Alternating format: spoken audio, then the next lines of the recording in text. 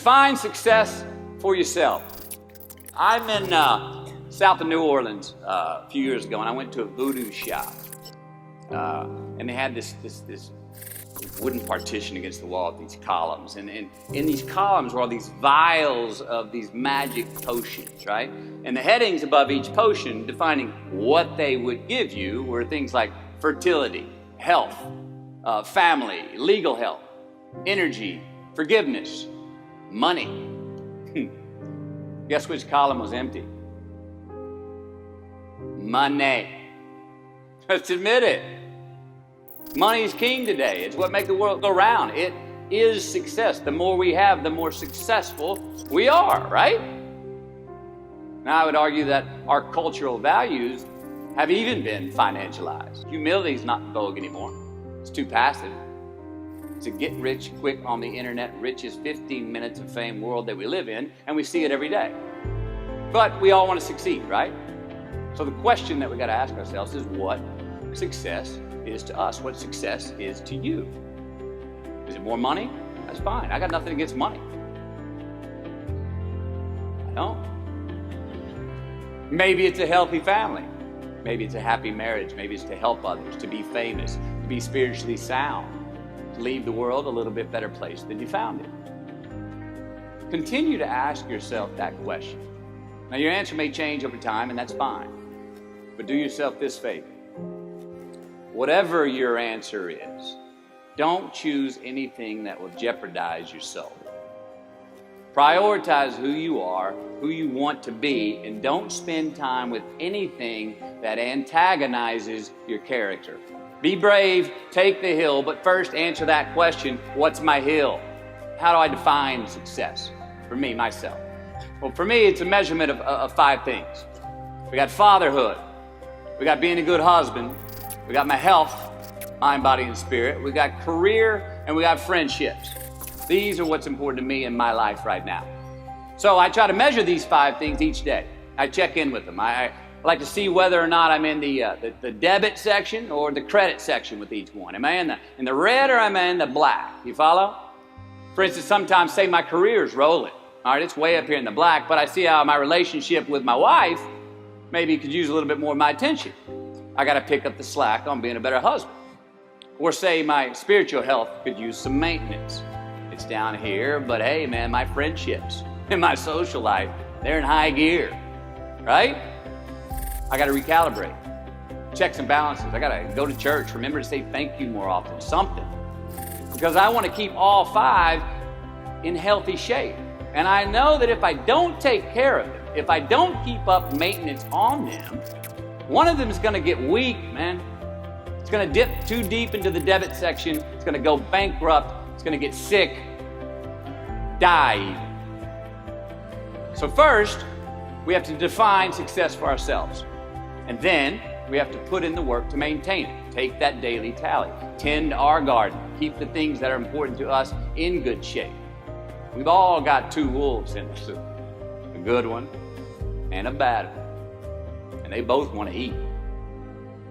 The best I can tell, we just got to feed that good one a little more than the other one. Process of elimination is the first step to our identity. Where you are not is as important as where you are. The first step that leads to our identity in life is usually not, I know who I am. I know who I am. That's not the first step. The first step's usually, I know who I am not. Process of elimination. You know that group of friends that you hang out with that really might not bring out the best in you? You know, they gossip too much or they're kind of shady. They really aren't going to be there for you in a pinch. Or how about that bar that we keep going to that we always seem to have the worst hangover from? Or that computer screen, right? That computer screen that keeps giving us an excuse not to get out of the house and engage with the world and get some real human interaction. Or how about that food that we keep eating? The stuff that tastes so good going down, it makes us feel like crap the next week. We feel lethargic and we keep putting on weight. Well, those people, those places, those things, stop giving them your time and energy. Just don't go there. I mean, put them down. And when you do this, when you do put them down, when you quit going there, and you quit giving them your time, you inadvertently find yourself spending more time and in more places that are healthy for you, that bring you more joy. Why? Because you just eliminated the who's, the where's, the what's, and the when's that were keeping you from your identity. Like, trust me, too many options, I promise you, too many options will make a tyrant of us all. All right, so get rid of the excess, the wasted time. Decrease your options. And if you do this, you will have accidentally, almost innocently, put in front of you what is important to you by process of elimination. Knowing who we are is hard. It's hard. Give yourself a break. Eliminate who you are not first, and you're going to find yourself where you need to be. Don't leave crumbs. And the beauty of delayed gratification. So what are crumbs? Well, the crumbs I'm talking about are the choices that we make that make us have to look over our shoulder in the future. You didn't pay that guy back the money that you owed him, and tonight you just saw him 3 rows behind you. Shit. You slept around on your spouse, and you just found out that tomorrow she and the lady you're having an affair with are going to be at the same PTA meeting. Shit again. These are the crumbs. They come in the form of regret, guilt, and remorse. You leave crumbs today, they will cause you more stress tomorrow, and they disallow you from creating a customized future in which you do not have to look over your shoulder. So let's flip the script. Instead of creating outcomes that take from us, let's create more outcomes that pay us back, fill us up, keep your fire lit, turn you on for the most amount of time in your future. These are the choices I'm talking about. And this is the beauty of delayed gratification. All right, tee yourself up. Do yourself a favor. Make the choices, the purchases today that pay you back tomorrow. Residuals. In my business, we call it mailbox money. If I do my job well today, and that movie keeps rerunning on TV, 5 years from now, I'm getting checks in the mailbox. It's a heck of a deal.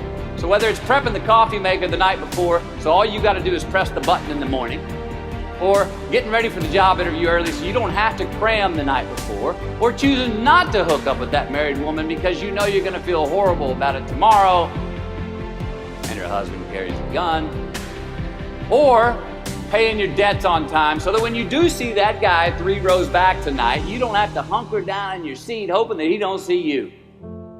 Get some ROI. You know what that is? Return on investment. Your investment. You. Customize your future. Don't leave crumbs. Life's not easy. Life is not easy. It is not. Don't try to make it that way. Life's not fair. It never was. It isn't now, and it won't ever be. Do not fall into the trap, the entitlement trap, of feeling like you're a victim. You are not. Get over it and get on with it. And yes, most things are more rewarding when you break a sweat to get them. The sooner that we become less impressed with our life, with our accomplishments, with our career, with whatever that prospect is in front of us, the sooner we become less impressed and more involved with that and these things, the sooner we get a whole lot better. We do our best when our destinations are beyond the measurement, when our reach continually exceeds our grasp, and when we have immortal finish lines. And when we do this, the race is never over. The journey has no port. The adventure never ends because we are always on the way. So do this, and let somebody else come up and tap you on the shoulder and say, hey, you scored. Let them run up and tap you on the shoulder and say, man, you won. Let them come tell you, you can go home now. Let them say, I love you too. Let them say, thank you. Take the lid off the man-made roofs that we put above ourselves and always play like an underdog.